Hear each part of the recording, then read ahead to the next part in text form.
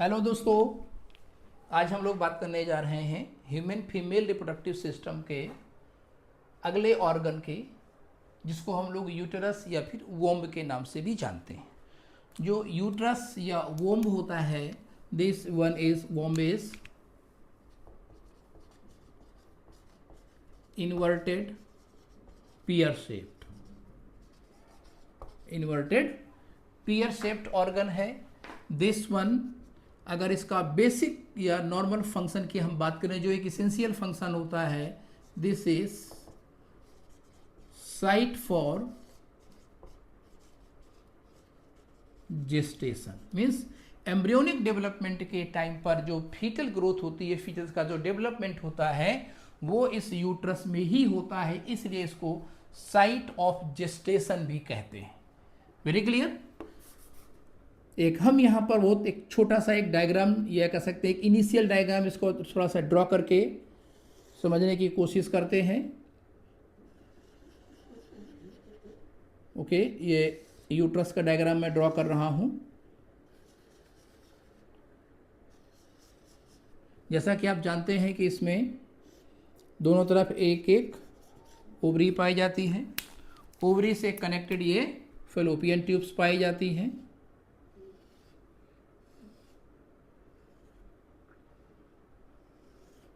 ये fallopian tubes होती हैं। तो ये जो बीच का ट्राइएंगुलर स्ट्रक्चर आपको दिख रहा है, जो इन्वर्टेड पियर शेप स्ट्रक्चर है, या इन्वर्टेड कह सकते हैं, ट्राइएंगुलर स्ट्रक्चर जो दिखाई दे रही है, ये पूरा का पूरा जो स्ट्रक्चर है वो क्या है, यूटेरस होता है। Very clear. ये कंप्लीट ये जो स्ट्रक्चर हमें यहाँ दिखाई देता है, ये यूट्रस होता है।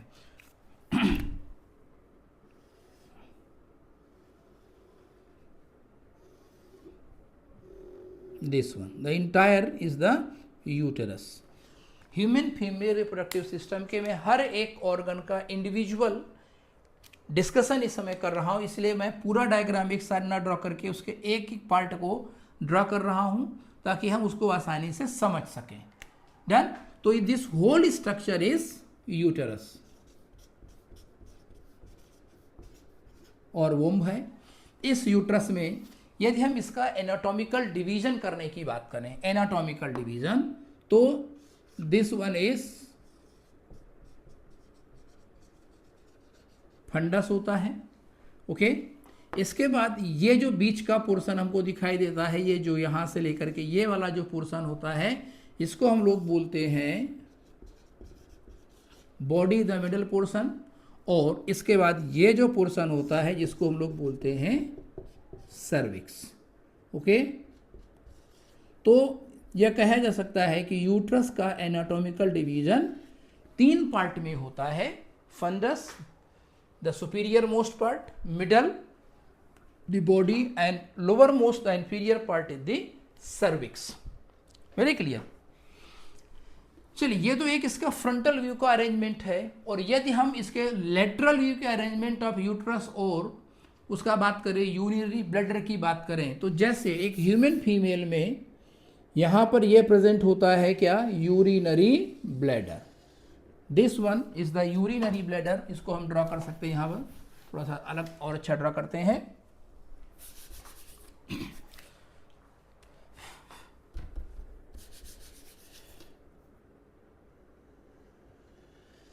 Here, this one, the urinary bladder, which further going open out as a urethral orifice.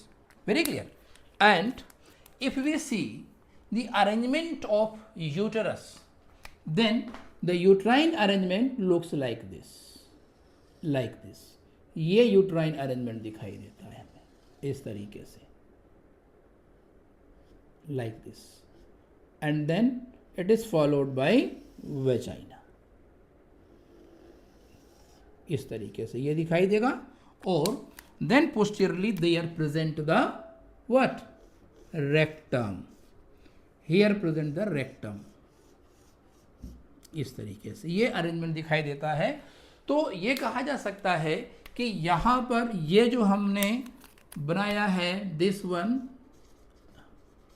Uterus है, और ये जो मैंने ड्रॉ किया है, दिस वन यूरिनरी ब्लैडर है एंड दिस वन रेक्टम है। Very clear. तो ये जो यूट्रस का पोजीशन है with respect to the urinary bladder, this is anterior posterior conditions में पाया जाता है। मीन्स दिस इज एंटीरियर जो सुपीरियर कंडीशंस है, लाइक दिस की जैसे कि लाइक कंडीशन अगर मैं बताने की कोशिश करूं कि ये अगर ब्लैडर है तो जो यूट्रस की लोकेशन होगी वो इसमें इस तरीके से प्रेजेंट होगी, और ये जो लोकेशन है जहां पर जो यूट्रस है उसकी जो बॉडी पोर्शन होता है वो कह सकते हैं टुवर्ड यूरिनरी ब्लैडर होता है या ओवर द यूरिनरी ब्लैडर होता है। इस कंडीशन को बोलते हैं एंटी फ्लेक्स्ड पोजीशन। कौन सी पोजीशन? एंटी फ्लेक्स्ड पोजीशन बोला जाता है। एंटी फ्लेक्स्ड पोजीशन है यूट्रस की। यूट्रस जो है वो यूरिनरी ब्लैडर के एंटीरियर सुपीरियरली प्रेजेंट होता है and the body of uterus line कर सकते हैं over the urinary bladder, okay, located between the bladder and the rectum. यहां पर ये जो पोर्शन हम दिखाई देखते हैं, ये वाला जो पोर्शन होता है this one is body portion होता है। यहां ये सर्विक्स होता है, दिस वन ये सर्विक्स होता है, ये वेजाइना का रीजन होता है, ये वेजाइना का रीजन है। इधर वेजाइनल ओरिफाइस हो गया और ये यूरेथ्रल ओरिफाइस हो गया। तो ये जो अरेंजमेंट आपको देखने को मिलता है in case of human female, इसको एंटी फ्लेक्स्ड पोजीशन बोला जाता है। समटाइम जो यूट्रस होता है it may be tilted toward rectum. Few cases पर ऐसा है, ये एक हार्मलेस कंडीशन होती है, उससे कोई बहुत ऐसा इशूज नहीं कि कोई फीमेल को बहुत हार्म हो सकता है, बट ये समटाइम ये इधर की तरफ हो सकता है, तो इसको बोलते हैं रेट्रोफ्लेक्स्ड पोजीशन। वो हार्मलेस कंडीशन है, इसमें कोई बहुत ऐसा नहीं कि फीमेल को जैसे सीवियर कोई प्रॉब्लम क्रिएट हो सकती है। ये क्लियर। चलिए अब हम जरा इसमें थोड़ा सा आगे और डिस्कशन बढ़ाते हैं। यूट्रस की पहले हम एनाटॉमी की बात करते हैं। एनाटॉमी, तो एनाटॉमिकली यूट्रस का जो डिवीजन है वो 3 पार्ट में करते हैं, ठीक है। 3 पार्ट में सबसे पहला portion that is a part is fundus. This is superior most part होता है, समव्हाट डोम शेप्ड होता है और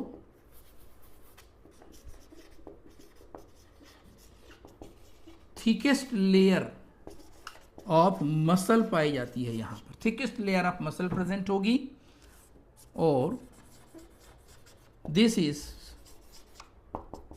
main site of embryo implantation.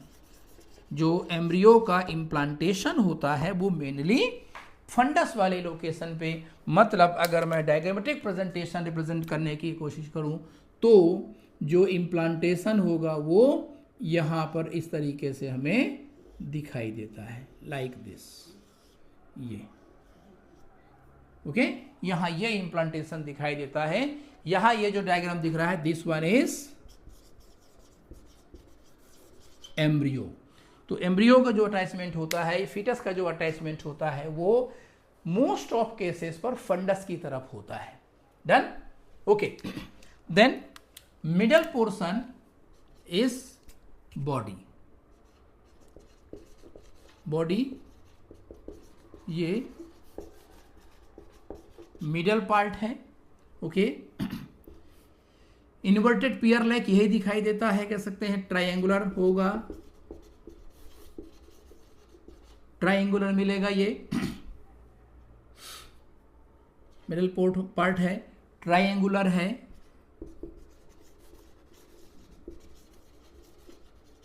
implantation can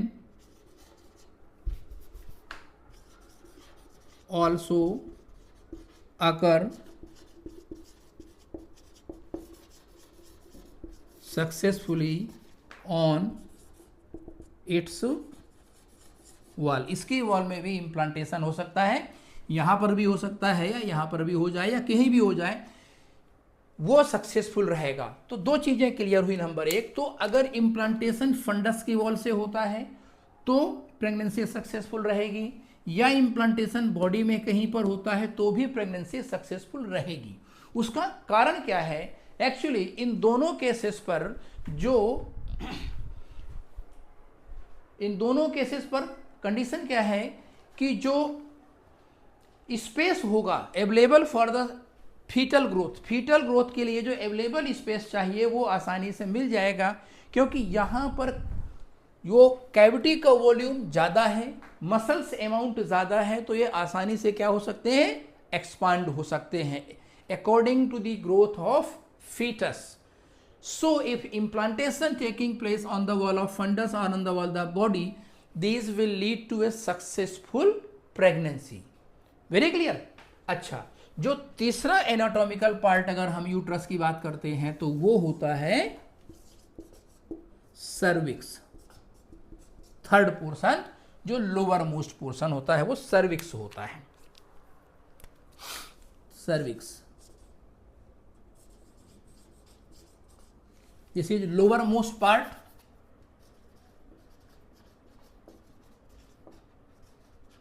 lower most है, नैरो कैविटी है, स्पेस यहां पर कम मिलेगा, नैरो कैविटी है, और थिनेस्ट लेयर होती है, यहां पर थिनेस्ट लेयर ऑफ मसल पाई जाती है। It's canal known as cervical canal, thinnest layer of muscles है। चलिए ध्यान देते हैं, फंडस और इस फंडस में और इस बॉडी पोर्शन पे मसल अमाउंट ज़्यादा है तो इसका एक्सपांसन ज़्यादा हो पाएगा, और जब एक्सपांसन ज़्यादा हो पाएगा तो आसानी से यहाँ पर फीटल ग्रोथ को सपोर्ट किया जा सकता है। जो सर्वाइकल एरिया होता है, एक तो इसका जो ल्यूम है, इसको हम लोग बोलते हैं cervical canal, this one is cervical canal. तो जो सर्वाइकल कैनाल है, एक तो वो नैरो है। यदि आप इस बॉडी वाले पोर्शन के पूरे स्पेस की बात करें, जिसको हम लोग बोलते हैं यूटेराइन कैविटी, ये जो स्पेस होता है, the space bound by the fundus and body is called as uterine cavity. Okay, तो ये जो एरिया है यूटेराइन कैविटी का, अगर हम डायमीटर वॉल्यूम देखने की बात करें, यहां पर अवेलेबल स्पेस की बात करें, और वहीं सर्वाइकल कैनाल के लिए भी पर अवेलेबल स्पेस की बात करें, तो यहां पर स्पेस ज्यादा है, यहां पर स्पेस कम है, यहां का वॉल्यूम ज्यादा है, यहां का वॉल्यूम कम है। सेकंड, यहां पर जो अमाउंट ऑफ मसल्स हैं, यहां पर जो अमाउंट ऑफ मसल्स है वो कंपैरेटिवली ज्यादा है, यहां पर अमाउंट ऑफ मसल्स कंपैरेटिवली कम है। तो जो फंडस और बॉडी पोर्शन का एक्सपांसन हो सकता है, और इस कह सकते हैं according to the fetal growth हो सकता है कि जैसे जैसे फीटस ग्रो करेगा उसका साइज बढ़ेगा, सिमिलरली इसका भी एक्सपांसन हो जाएगा और यहां पर आसानी से फीटस एडजस्ट हो सकता है। But while in case of cervical region, यहां पर मसल्स का अमाउंट कम है, तो इसका जो डिग्री ऑफ एक्सपांसन होगा वो कम होगा, मीन्स यहाँ पर डायलेशन का डिग्री कम होगा। जहाँ पर डिग्री ऑफ एक्सपांसन अगर कम होगा तो यहाँ का जो अवेलेबल स्पेस है, यहाँ का कैनाल का जो अवेलेबल स्पेस है, वो उस रेशियो में इंक्रीज नहीं हो पाएगा जिस रेशियो में फीटस इंक्रीज कर रहा होगा। Very clear. तो इस कंडीशन में एक प्रेगनेंसी को टर्म दिया जाता है इफ बाई चांस जो इम्प्लांटेशन यहाँ कहीं हो जाए। मैंने ऑलरेडी आपको समझाया कि जो मोस्ट ऑफ इम्प्लांटेशन होते हैं वो कहाँ पर, फंडस रीजन पे होते हैं या फिर बॉडी के रीजन पे होते हैं। कुछ केसेस पर जब कुछ इरेगुलर कंडीशंस क्रिएट हो जाती हैं तो इम्प्लांटेशन सर्वाइकल कैनाल में भी हो सकता है। और एक चीज और आपको बताता हूं दोस्तों, इस फैलोपियन ट्यूब के लिए, इसीलिए मैंने यहां पर दोबारा इसको ड्रॉ किया है। As in the previous lectures I told कि ये जो फैलोपियन ट्यूब की जो म्यूकोसा होती है, इस फैलोपियन ट्यूब की म्यूकोसा में कौन से सेल्स होती हैं? सीलिएटेड कॉलमनर सेल्स पाई जाती है। ये सीलिएटेड कॉलमनर सेल्स का सिलिया यूट्रस की तरफ मूव करता है, दैट मीन जो सिलियरी मूवमेंट होती है टुवर्ड यूटेराइन कैविटी की तरफ होती है, तो they easily take this ovum toward the uterus and the zygote toward the uterus. देखिए क्या होता है, कभी कभी जो सिलियरी मूवमेंट है कुछ फीमेल में स्लो हो जाती है। अब उस स्लो होने के मल्टीपल रीजन्स हो सकते हैं, या तो एम्ब्रियोनिक स्टेज में जो सिलियरी माइक्रोट्यूब्यूल्स हैं वो प्रॉपर तरीके से डेवलप नहीं हो पाई, या जैसे कोई फीमेल चेन स्मोकर है तो स्मोक में जो प्रेजेंट केमिकल्स होते हैं वो स्मोक में जो प्रेजेंट केमिकल्स होते हैं वो ब्लड में डिफ्यूज होकर धीरे धीरे यहाँ पर तक पहुँच सकते हैं, तो वो भी सिलियरी मूवमेंट को स्लो कर सकते हैं। ठीक, तो अगर सिलियरी मूवमेंट स्लो हो तो जिस दिन इस एम्ब्रियो को इम्प्लांटेशन के लिए, मतलब एम्ब्रियो को अटैचमेंट के लिए यूट्रस तक पहुंचना चाहिए वो नहीं पहुंच पाएगा। नॉर्मली अगर मैं बताऊं आप लोगों को, तो फर्टिलाइजेशन के 7th डे इम्प्लांटेशन होता है। मीन्स यहाँ पर फर्टिलाइजेशन हुआ और इसके बाद बाय द 7th डे यहाँ पर वो इम्प्लांट हो जाएगा, यहाँ पर या फिर कहीं पे इम्प्लांट हो जाएगा। Means by the 7th day तक यूट्रस एम्ब्रियो को यूट्रस तक पहुंच जाना चाहिए। अब जाइगोट जो होता है वो क्या है, नॉन मोटाइल स्ट्रक्चर है, क्योंकि उसमें फ्लैजेला सिलिया नहीं पाए जाते खुद के अपने, तो जो फैलोपियन ट्यूब के सिलिया होते हैं वो उसको वहां तक ले जाने का काम करते हैं कन्वेयर बेल्ट की तरह से। हुआ क्या कि अगर यहाँ के सिलिया की सिलियरी मूवमेंट स्लो हो गई, और अगर सिलियरी मूवमेंट स्लो हो जाएगी तो सीधी सी बात है कि the time required for the arrival of embryo to the uterus वो एक्सटेंड कर जाएगा। जो 7 दिन में पहुंचना चाहिए वो हो सकता है कब पहुंचे, 10-12 दिन 15 दिन में पहुंचे, तो तब तक तो एम्ब्रियो क्या है वो यूटेराइन वॉल से ही इम्प्लांट हो सकता है। अगर मैं डायग्रामेटिक प्रेजेंटेशन एक डॉट के फॉर्म में यहाँ पर रिप्रेजेंट करता हूं तो ये मान के चलो कि ये मैंने इसको दिखाया क्या, एम्ब्रियो, ये एम्ब्रियो बनाया है। सिमिलरली बाई चांस एक कंडीशन समझ में आ गई। कंडीशन नंबर 1, जहां पर एम्ब्रियो कहां इंप्लांट हो गया, on the wall of fallopian tube, condition number 1, number याद रखिएगा। ये condition number 1, due to low ciliary movement, due to slow ciliary movement, the embryo may get implanted on the wall of fallopian tube. And another thing is that what? This uterus, actually uterus having slightest or slow degree of peristaltic movement. अब अगर ये peristaltic movement होगी तो इसमें क्या है, instability रहेगी, और it being unstable will not allow the implantation.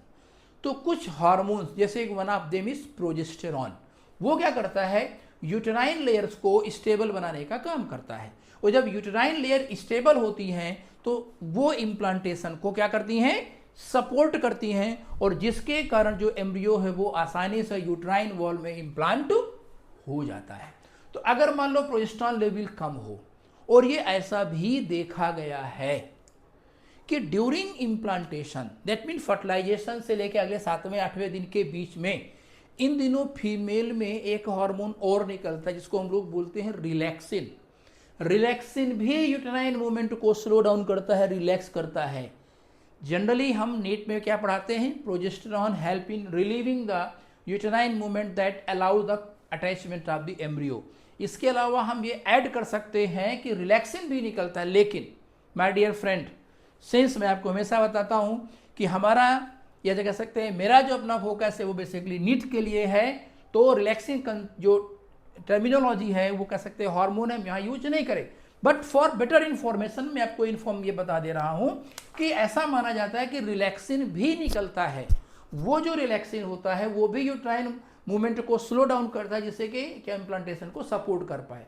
अब हुआ क्या कि कंडीशन नंबर 1, यहां पर प्रेगनेंसी हुई due to the low ciliary movement, और दूसरा अगर ये यूटेराइन मूवमेंट मान लीजिए स्लो नहीं है, मींस अभी भी मूवमेंट हो रहा है, तो हो सकता है वो एम्ब्रियो धीरे धीरे कहीं यहां नीचे आ जाए, और अगर एम्ब्रियो यहां कहीं नीचे आ जाए तो इस एम्ब्रियो का इम्प्लांटेशन यहां पर भी तो हो सकता है।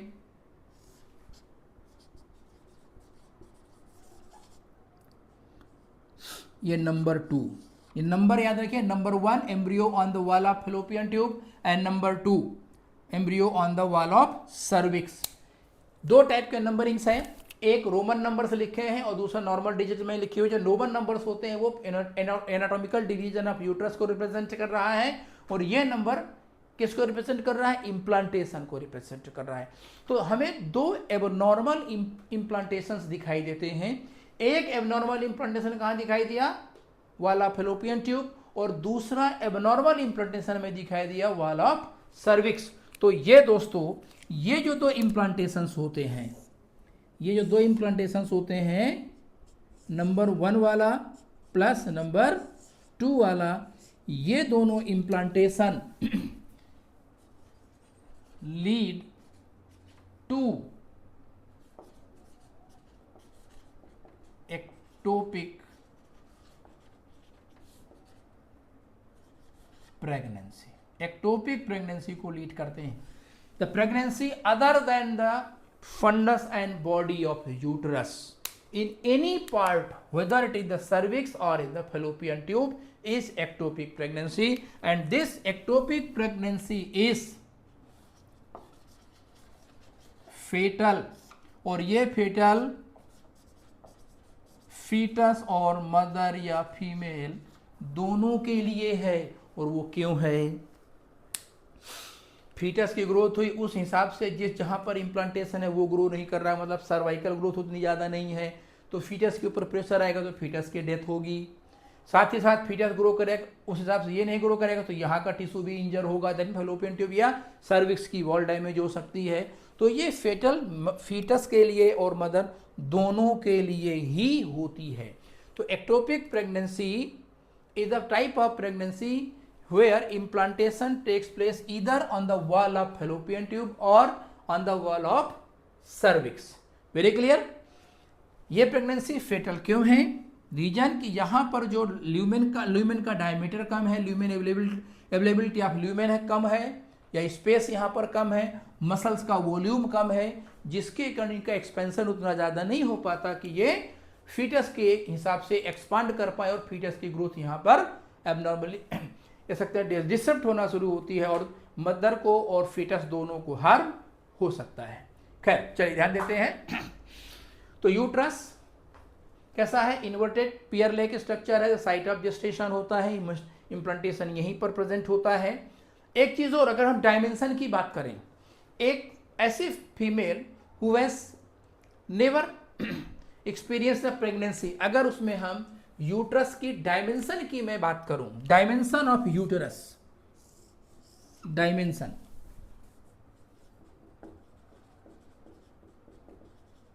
Dimension of uterus is 7.5 centimetre into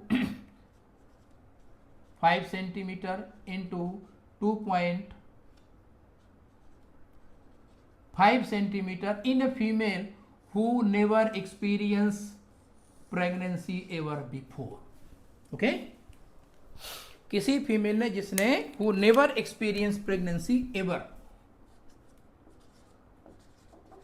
never experience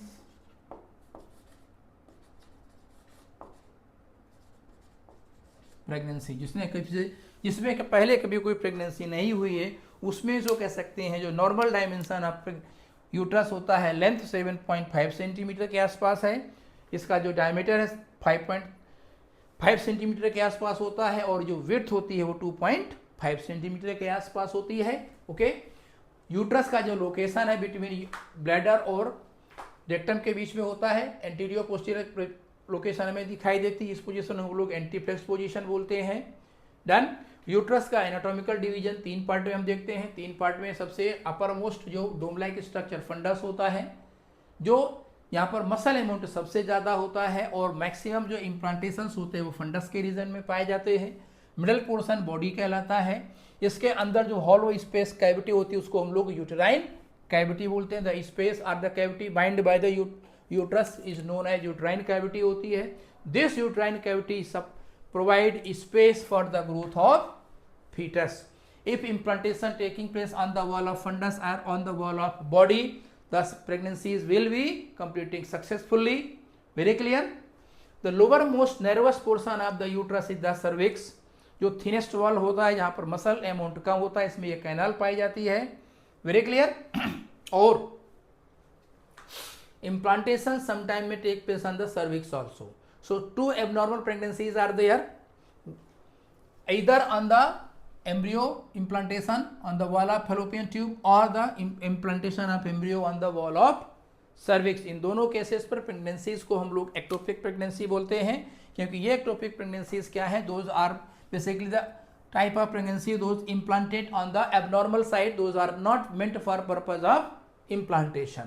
और ये प्रेगनेंसीज कैसी होगी, आगे चल करके they will going to be fatal for the fetus and the mother both.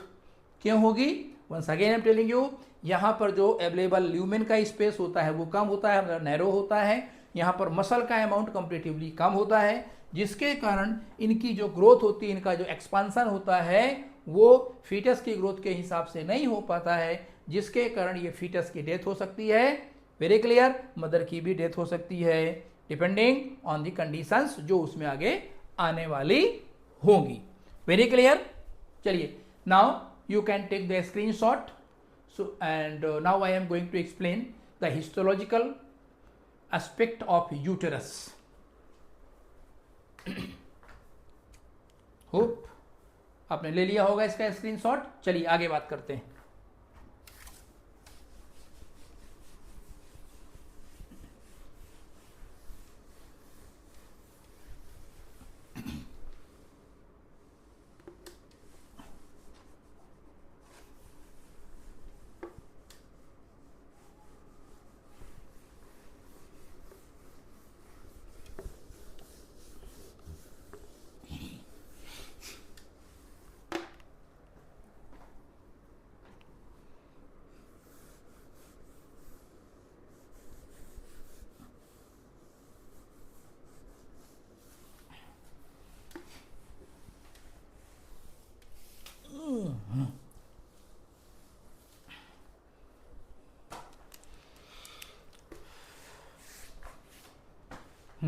Now I am moving toward histological point of view of uterus. Histology, अगर histological point of view की बात करें तो wall of uterus made of 3 layers, 3 layers की बनी होती है. And this 3 layers are like this. The 3 layers from outside to inside, from outside to inside. Done? From outside to inside, वो कैसे? The one is perimetrium. This outermost layer, ये वाले जो outer most layer है, this one is perimetrium. ये perimetrium होती है. This outer most wall है ये पेरीमेट्रियम.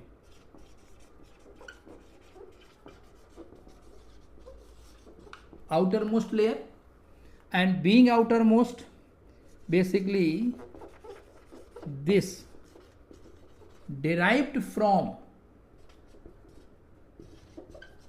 visceral peritoneum. ये विसरल पेरिटोनियम से डिराइव होती है.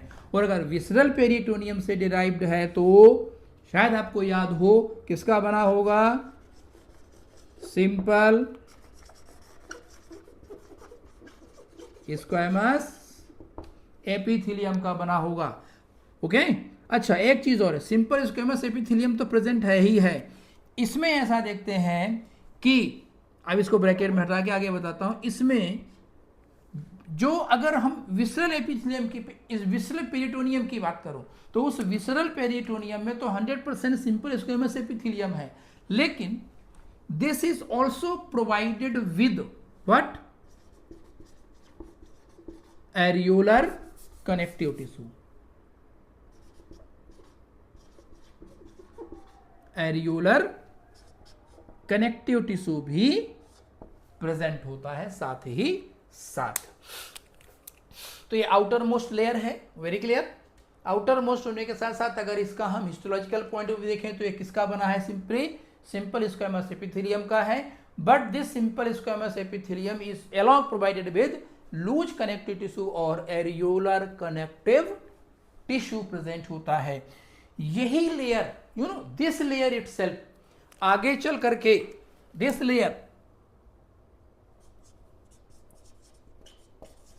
लेयर का मेरा मतलब है किससे, दिस पेरिटोनियम इटसेल्फ से मेक्स ब्रॉड लिगामेंट। और ये ब्रॉड लिगामेंट जो होगा, this broad ligament known as कह सकते हैं काइंड ऑफ हो जो लिगामेंट है जो कि इसको उसके बॉडी वॉल से जोड़ने का काम करता है, उसको बोलते हैं यूटेरोसैक्रल ligament. यूटेरोसैक्रल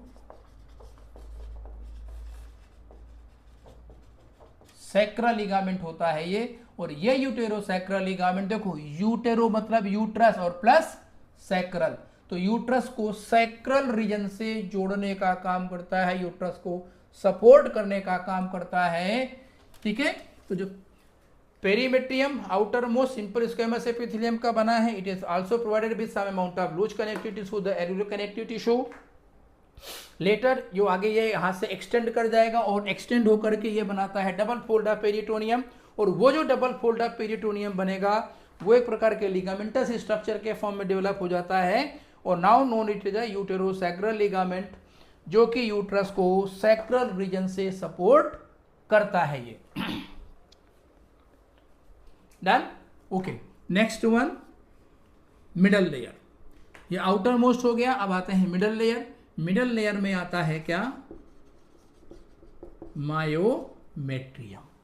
this myometrium as the name indicates this is muscular layer.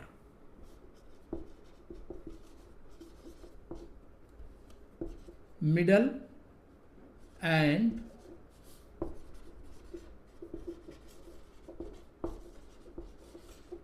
Muscular layer होती है। Question arises which kind of muscle, तो here present the smooth muscles present होती हैं and muscles present in 3 layers. यहां पर मसल्स 3 लेयर में present है, यानी कि स्मूथ मसल की लेयर है तो सिंगल लेयर है, 3 लेयर ऑफ मसल्स पाई जाती हैं। और ये 3 लेयर ऑफ मसल्स के केस में ड्यूरिंग प्रेगनेंसी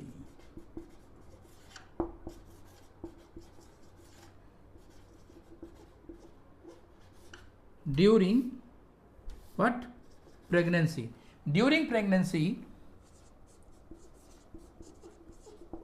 ऑक्सीटोसिन रिसेप्टर्स का फॉर्मेशन होता है, ऑक्सीटोसिन रिसेप्टर का फॉर्मेशन होता है। ये oxytocin receptor formation under influence of hormone namely estrogen. Estrogen एक हार्मोन होता है जो प्रेग्नेंट फीमेल में मायोमेट्रियम के लेवल पर ऑक्सीटोसिन रिसेप्टर बढ़ाने का काम करता है। मींस ये हम कह सकते हैं दोस्तों यहां पर कि myometrium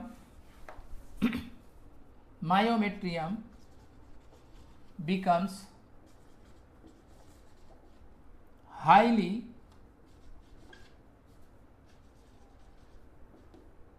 receptive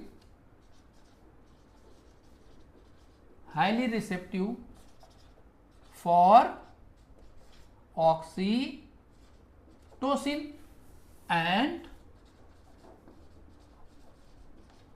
undergoes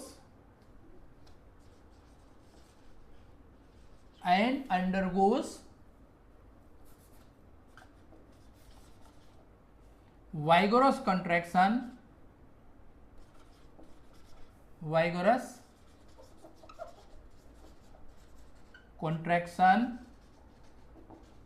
during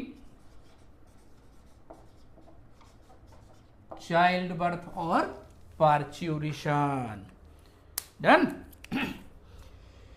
So this myometrium, the middle layer, that I am going to represent through red dotted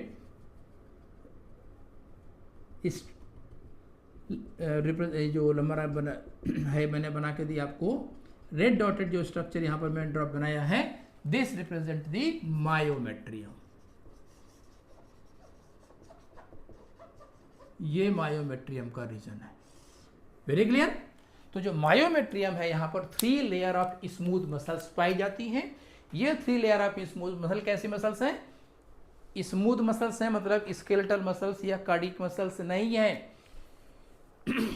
अगर एक प्रेग्नेंट फीमेल के केस में पूछा जाए कि लॉन्गेस्ट मसल कहाँ प्रेजेंट होगी या लॉन्गेस्ट स्मूथ मसल कहाँ प्रेजेंट होगी, तो लॉन्गेस्ट स्मूथ मसल जो होगी वो यूट्रस के टाइम में होगी, यूट्रस में होगी ड्यूरिंग प्रेगनेंसी टाइम. क्योंकि जब प्रेगनेंसी के टाइम में फीटल ग्रोथ होती है तो यूट्रस की ग्रोथ भी होगी, तो ये पूरा बढ़ेगा, तो यहाँ पर मसल का साइज क्या होगा? इंक्रीज हो जाता है. अच्छा, ड्यूरिंग दिस टाइम, जिसमें प्रेगनेंसी के टाइम होता है, उस प्रेगनेंसी के टाइम पर इस मायोमेट्रियम रीजन में 2 चीजें होती हैं.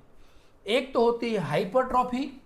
ओके, इस हाइपरट्रॉफी में क्या होता है? मसल्स का साइज बढ़ने लगता है. और एक इवेंट और होती है जहां पर मसल्स में मसल फाइबर्स के अंदर जो कह सकते हैं फिलामेंट होते हैं, उनकी नंबर बढ़ जाती है. ठीक है, तो जिसके रिजल्टेंट क्या होगा कि जो मसल अमाउंट यहां पर ज्यादा होगा, और उस टाइम पर that mean during pregnancy estrogen hormones की प्रेजेंस में यहां पर ऑक्सीटोसिन रिसेप्टर्स बन जाते हैं और बहुत नंबर में बनते हैं. और उन ऑक्सीटोसिन रिसेप्टर्स के कारण ही जो मायोमेट्रियम होता है, इट बिकम हाईली रिसेप्टिव और सेंसिटिव फॉर ऑक्सीटोसिन.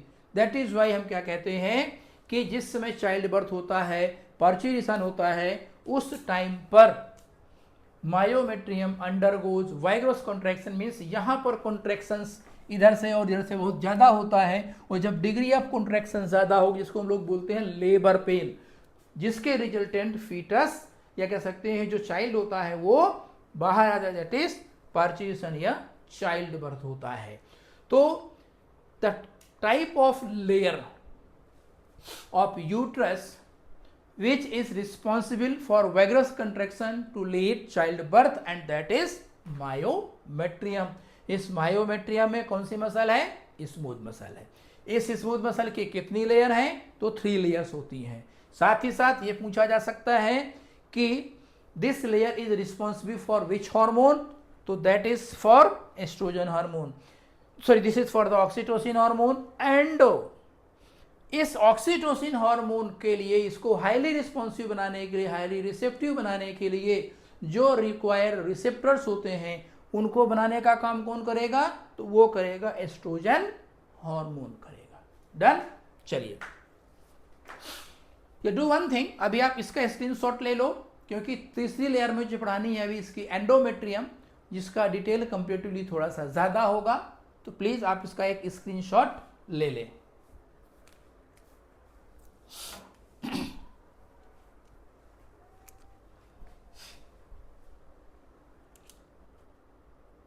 ओके,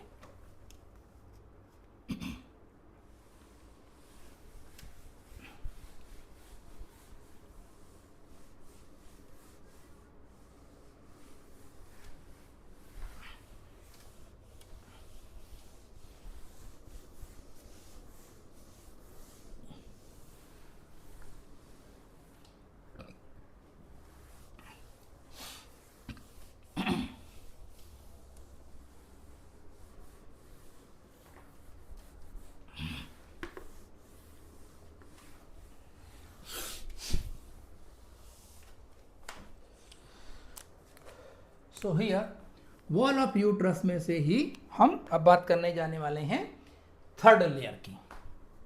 जो कि है endometrium.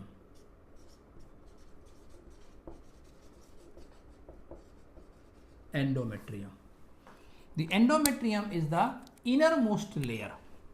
This endometrium is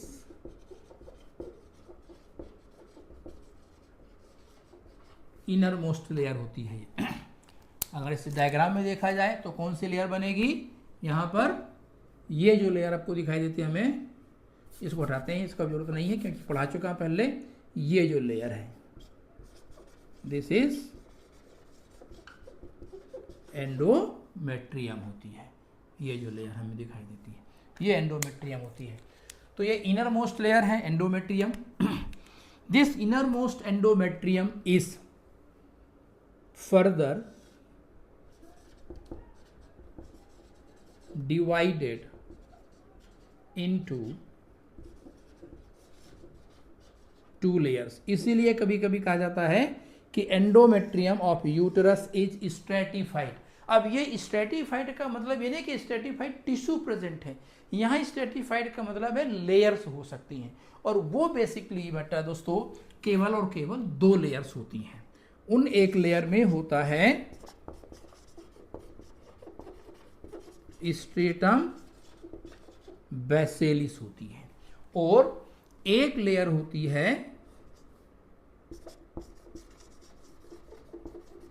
stratum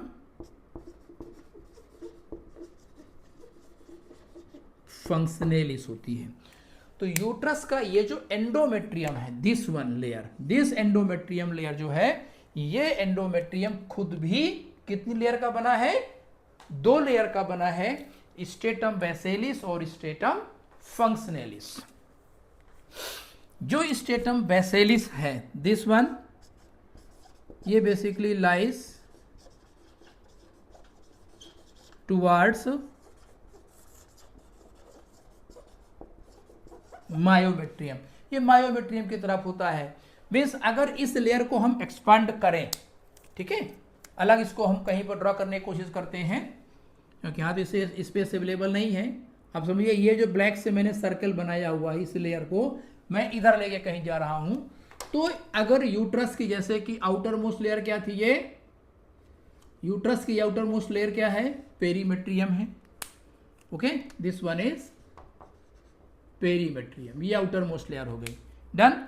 then बीच में कौन सी लेयर हमने ड्रॉ किया हुआ है, मायोमेट्रियम ड्रॉ किया हुआ है।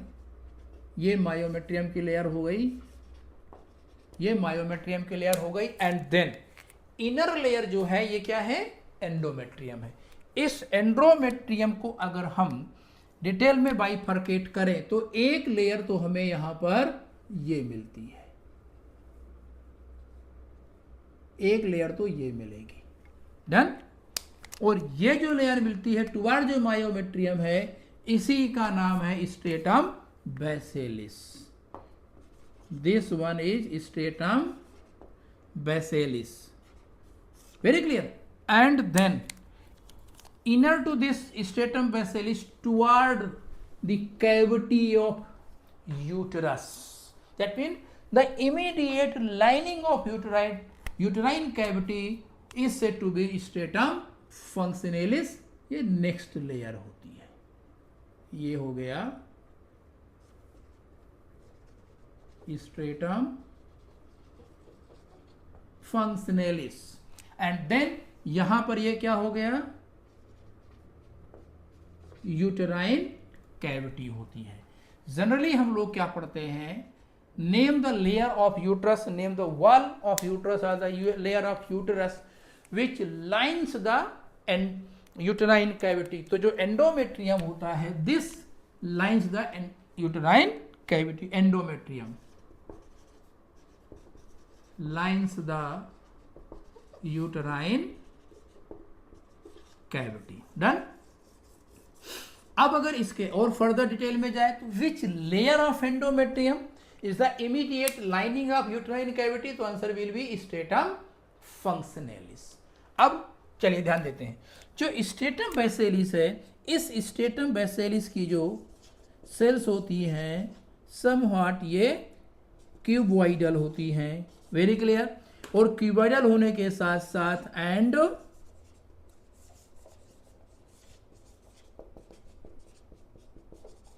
हाईली डिविजिबल भी होती है, क्यूबॉइडल हैं और हाईली डिविजिबल हैं। काम क्या होता है?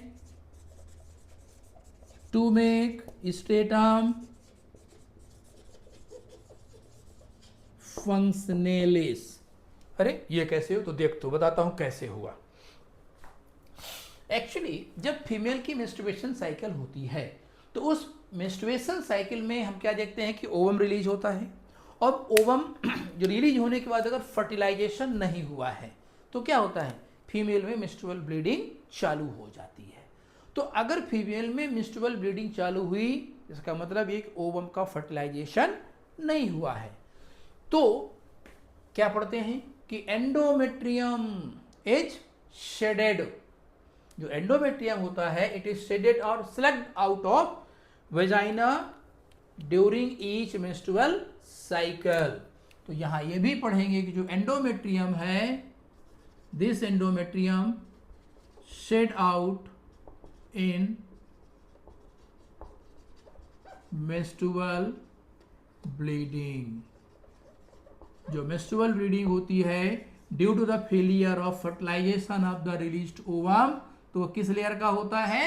एंडोमेट्रियम का होता है। अब उस एंडोमेट्रियम में फिर किस लेयर का होता है? तो ये ध्यान देने वाली बात अब आएगी कि जब हम एंडोमेट्रियम का detailed further electron microscopic analysis करते हैं तो पता चलता है कि ये खुद दो लेयर की बनी है। उनमें से एक स्ट्रेटम बेसिलिस जो कि टुवर्ड मायोमेट्रियम की तरफ होती है और यूटेराइन कैविटी की तरफ स्ट्रेटम फंक्शनलिस होती है। तो जिस समय मेंस्ट्रुअल साइकिल में मेंस्ट्रुएशन साइकिल जब स्टार्ट होती है, मेंस्ट्रुएशन साइकिल की बात कर रहा हूं, मेंस्ट्रुअल डिस्चार्ज की बात नहीं कर रहा हूं। तो मेंस्ट्रुएशन साइकिल में सबसे पहले क्या होता है? एंडोमेट्रियम की ग्रोथ होती है। तो वो जो एंडोमेट्रियम की ग्रोथ होने का मतलब बेसिकली क्या है? Formation of stratum functionalis. Means जैसे ही मेंस्ट्रुएशन साइकिल चलेगी तो लगभग ये मान के चले मेंस्ट्रुएशन साइकिल के चौथे से पांचवें दिन के बाद, क्योंकि जो फर्स्ट फेज वो मेंस्ट्रुअल डिस्चार्ज की फेज है। मेंस्ट्रुअल डिस्चार्ज के बाद एक फेज आता है प्रोलिफरेटिव फेज। तो उस प्रोलिफरेटिव फेज में क्या होता है? हम क्या पढ़ते हैं? Repair of endometrium. में डिटेल में अभी मेंस्ट्रुएशन साइकिल को भी डिस्कस करूंगा आगे चल करके इन जो फ्यूचर लेक्चर्स आएंगे। बट अभी एक रिव्यू देता हूं कि जिस समय मेंस्ट्रुएशन साइकिल होती है तो कहते हैं प्रोलिफरेटिव फेज में इस एंडोमेट्रियम का क्या होता है? रीजनरेशन होता है। तो जो एंडोमेट्रियम का रीजनरेशन बेसिकली क्या है? रीजनरेशन ऑफ स्ट्रेटम फंक्शनलिस होता है। Very clear. अब यही स्ट्रेटम फंक्शनलिस जब ग्रो करता है तो अगर ये ग्रो करेगा तो ग्रो करने के लिए इसके लिए हमें सप्लाई चाहिए। किसकी? सेल्स की। तो वो सेल की सप्लाई कौन कर रही है? ये स्ट्रेटम बेसिलिस करती है। Means the cells of stratum basalis divide and they get settled toward the uterine cavity, make a continuous layer, and this layer is stratum functionalis. This stratum functionalis is shed is shed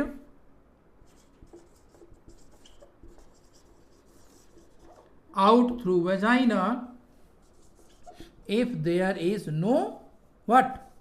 fertilisation. अगर ovum का fertilization नहीं होता है तो ये जो stratum फंक्शनलिस है इसकी शेडिंग हो जाती है। That mean it is discharge out, sloughed out side of the body through vagina. तो इसी का जो डेवलपमेंट होता है वो इस स्ट्रेटम बेसिलिस की सेल्स करती हैं। फिलहाल इस स्ट्रेटम फंक्शनलिस की में क्या देखते हैं कि इसमें जो सेल्स होती हैं वो लगभग कैसी मिलेंगी आपको? कॉलमनर होंगी। कॉलमनर होंगी। साथ ही सेल्स कैसी होती हैं? ग्लैंडुलर होती हैं और ये सिक्रीट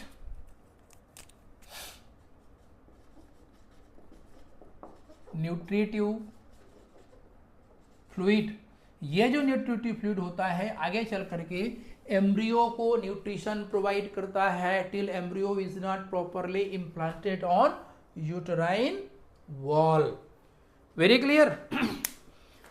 तो stratum functionalis is the layer of state endometrium that select out in each menstruation if fertilisation fails and in next cycle this stratum functionalis produced by stratum basalis. यहाँ की जो सेल्स होती हैं वो कॉलमनर होती हैं, secretory होती हैं मतलब वो ग्लैंडुलर होती हैं, इनसे यूटेराइन मिल्क निकलता है। समटाइम ये भी कहा जाता है कि यहाँ की सेल्स में सीलिया भी पाए जाते हैं, बट वहाँ तक हम नहीं जाएंगे with respect to NEET course. NEET के सिलेबस के अकॉर्डिंगली हम वहाँ उस पर नहीं पहुँचने वाले। सिर्फ हमें याद रखना है कि यहाँ पर ग्लैंडुलर सेल्स पाई जाती हैं जो कि कॉलमनर होती हैं, जिनसे यूटेराइन फ्लूइड निकलता है, और ये यूटेराइन जो फ्लूइड होता है वो यूटेराइन फ्लूइड क्या करता है, डेवलपिंग एम्ब्रियो को न्यूट्रिशन प्रोवाइड करने का काम करता है। ओके, चलिए अब एक लास्ट टॉपिक जो बचा है यूट्रस में सर्विक्स के रिगार्डिंग, वो जरा समझाने की मैं कोशिश करता हूं।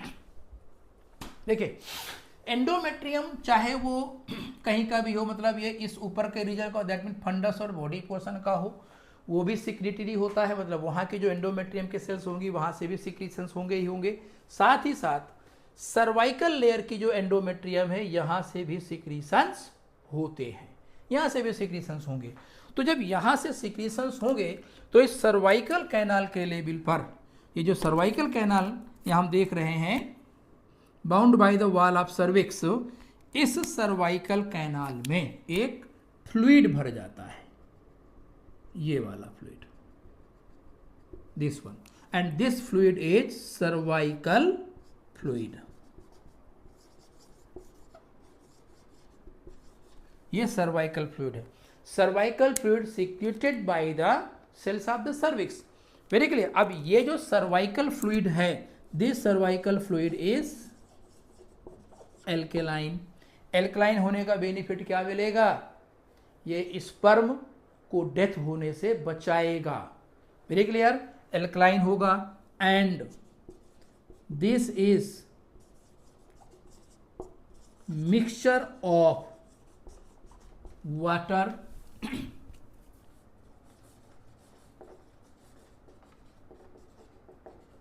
ग्लाइकोप्रोटीन्स, लिपिड्स,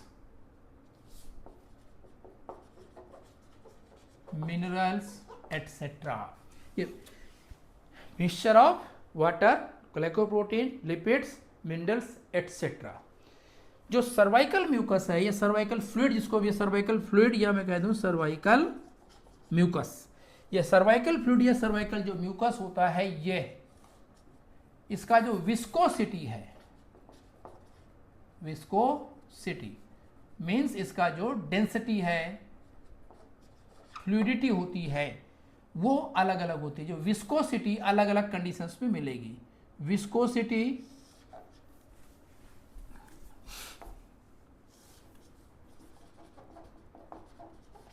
ड्यूरिंग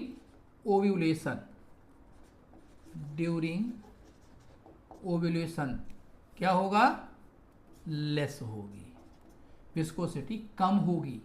अब ये कम होगी देन, और या rest of days of menstruation, ऐसे लिख सकते हैं कि rest of days of menstruation, ये क्या होगी, विस्कोसिटी हाई होगी। मीन्स थिकनेस यहां पर ज्यादा होगी। हाई यहां पर मैं लिख सकता हूं क्या, ये थिक होगा, और यहां पर मैं क्या लिख सकता हूं, यहां पर फ्लूइड या म्यूकस थिन होगा। डन। ये दोनों कंडीशंस के सपोर्ट करती हैं। विस्कोसिटी जो ये वाली, दैट मीन यहां पर जो फ्लूइड भरा है वो फ्लूइड गाढ़ा है या पतला है, उसकी हम बात करने जा रहे हैं। तो यहां पर थिन फ्लूइड होगा या कह सकते हैं डाइल्यूटेड फ्लूइड होगा, वाटर कंटेंट उसमें ज्यादा हो या उसकी विस्कोसिटी कम होगी। कब, ड्यूरिंग ओव्यूलेशन। क्यों, एक्चुअली इसके ठीक नीचे कौन सा पोर्शन आने वाला होता है, वेजाइना होता है। अब वेजाइना में क्या होता है, इंसेमिनेशन होता है, तो मतलब सीमेन का डिपोजिशन होता है, तो स्पर्म यहीं से एसेंड करते हैं। तो ड्यूरिंग ओव्यूलेशन मीन्स अभी ओवम रिलीज हुआ है, तो there is a chance of fertilization, और चांस ऑफ फर्टिलाइजेशन अगर है मीन्स यहाँ पर ओवा प्रेजेंट हो सकता है, क्योंकि ओवल्यूशन हुआ तो यहाँ पर ओवा होगा, तो फर्टिलाइजेशन और वो तभी पॉसिबल है जब स्पर्म इसको पेनिट्रेट करके आसानी से एम्पुला तक पहुंच पाए।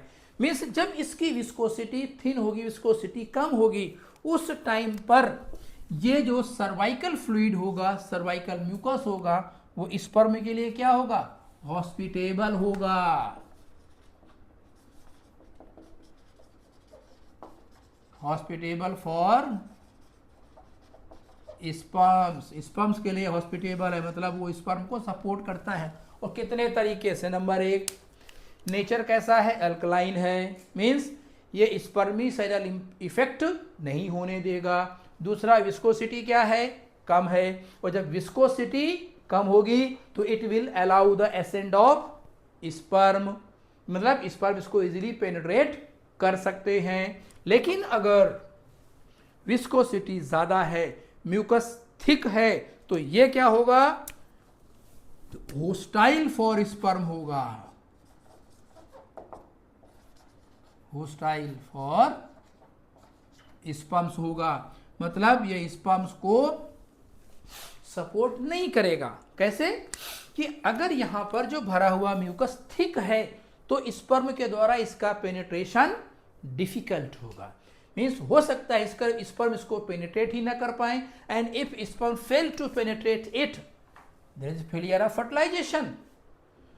दूसरी चीज यहां क्या समझनी है कि विस्कोसिटी का कम या ज्यादा होना क्या किसी हार्मोन्स पर डिपेंड है, तो हाँ दोस्तों, सर्वाइकल म्यूकस या सर्वाइकल फ्लूइड की जो विस्कोसिटी है वो हार्मोन्स पर डिपेंड होती है। Less viscosity is the result of hormone estrogen, while high viscosity is the result of hormone progesterone. Means the viscosity depends upon the level of hormones. Estrogen hormone अगर female में ज्यादा है और during ovulation oestrogen ज्यादा रहता है, that allow the LH surge for rupture of Graafian follicle as to reach the ovum, इसलिए cervical fluid की विस्कोसिटी कम होगी। लेकिन once the ovum has been released, corpus luteum formed, it start producing progesterone, it means there should be no chance of arrival of further any more sperm. तो इस वजह से इसको थिक करना पड़ता है, और उसके थिक करने के पीछे केवल एक ही रीजन नहीं है, और भी रीजन्स होते हैं, वन बाय वन हम आगे फ्यूचर टॉपिक्स में इसको पढ़ते चलेंगे। तो ये जो प्रोजेस्टेरॉन होता है, this progesterone is basically for purpose of कि making this cervical mucus thick, या इसकी विस्कोसिटी को वो बढ़ा देता है, और जब विस्कोसिटी बढ़ जाएगी तो स्पर्म इसको एसेंड नहीं कर सकते, इसको पेनिट्रेट नहीं कर सकते, इसे लिखा गया मैंने यहाँ पर कि होस्टाइल फॉर स्पर्म्स। ओके दोस्तों, please subscribe the channel, share with your friends. Thank you. God bless you all.